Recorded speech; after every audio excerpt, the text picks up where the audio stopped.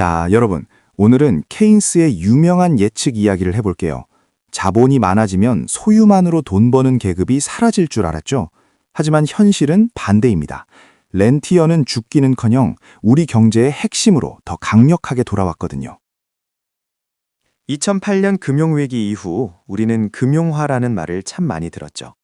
은행 자산은 폭발적으로 늘어났지만 실물 경제와는 점점 멀어지고 있습니다. 하지만 이건 시작일 뿐이에요. 수면 아래에는 훨씬 더 거대한 빙산이 숨겨져 있습니다. 금융이 전부는 아닙니다. 토지 임대료부터 지적재산권, 디지털 플랫폼까지 말이죠. 우리 주변의 모든 게 렌트 수입의 원천이 되고 있거든요. 이제 금융이라는 안경을 벗고 더 큰 흐름을 봐야 할 때가 됐습니다. 그래서 등장한 개념이 바로 렌티어 자본주의입니다. 핵심은 간단해요. 뭔가를 만드는 게 아니라 희소한 자산을 소유하고 통제하는 거죠. 경쟁이 없는 독점적 구조 속에서 가만히 앉아 이익을 챙기는 시스템입니다. 현대 렌티어리즘은 7가지 얼굴을 가지고 있어요. 금융소득부터 석유 같은 천연자원, 그리고 약품 특허나 소프트웨어 같은 지적재산권도 포함되죠. 우리가 매일 쓰는 구글이나 페이스북 같은 플랫폼도 사실은 렌티어입니다. 정부와의 독점 계약이나 민영화된 인프라도 렌티어의 영역이에요. 수도세나 통신비, 전기료를 낼 때마다 누군가는 렌트 수익을 얻는 거죠. 그리고 가장 고전적인 형태인 토지와 부동산 임대료는 말할 것도 없습니다. 영국의 주택시장을 한번 보세요. 공공주택은 줄고 민간 임대는 폭발적으로 늘었습니다. 자산가들, 즉 푸티렌티어 계급이 국가 자산을 가져간 결과죠. 내 집 마련은 힘들어지고 월세 부담만 커지는 게 현실입니다. 이런 시스템은 치명적인 그림자를 남깁니다.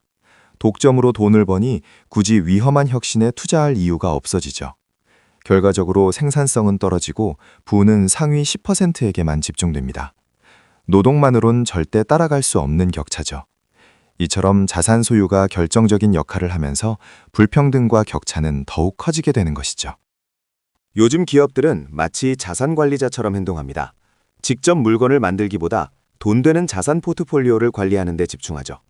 생산 기술보다는 어떤 자산이 높은 임대료를 가져올지 판단하는 금융 역량이 핵심이 됐습니다. 금융, 렌티어, 그리고 자산관리자 자본주의를 비교해 볼까요? 금융은 돈의 팽창을, 렌티어는 자산의 독점을, 자산관리자는 수익률의 극대화를 추구합니다. 결국 기업의 역할이 생산에서 추출로 변하고 있다는 뜻이죠.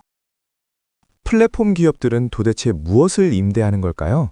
이들은 단순히 데이터를 파는 게 아닙니다.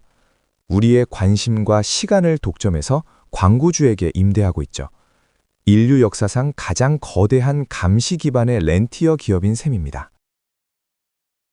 렌티어 경제에서 노동자들은 어떤 모습일까요?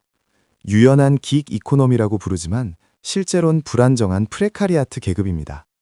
알고리즘의 통제는 받으면서도 정작 고용 안정성이나 사회보장 같은 권리는 누리지 못하고 있죠. 이런 불평등은 어떻게 정당화될까요? 바로 신소유주의라는 이데올로기 때문입니다. 노동의 가치는 깎아내리고 사적 소유권은 신성한 것으로 떠받들죠. 부를 창출하는 게 아니라 추출하는 행위를 정당한 보상으로 포장합니다. 이제 렌티어의 고리를 끊어낼 방법을 고민해야 합니다. 독점 기업을 해체하는 강력한 경쟁 정책이 필요해요. 또한 불로소득을 환수하는 조세 개혁과 함께 필수 인프라에 대한 공적 투자를 다시 확대해야만 합니다.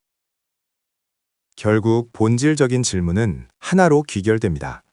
우리 사회에 가치 있는 자산을 누가 소유하고 통제하느냐는 것이죠. 소수의 독점이 아닌 모두를 위한 소유가 가능할 때 비로소 불평등의 늪에서 벗어날 수 있을 것입니다.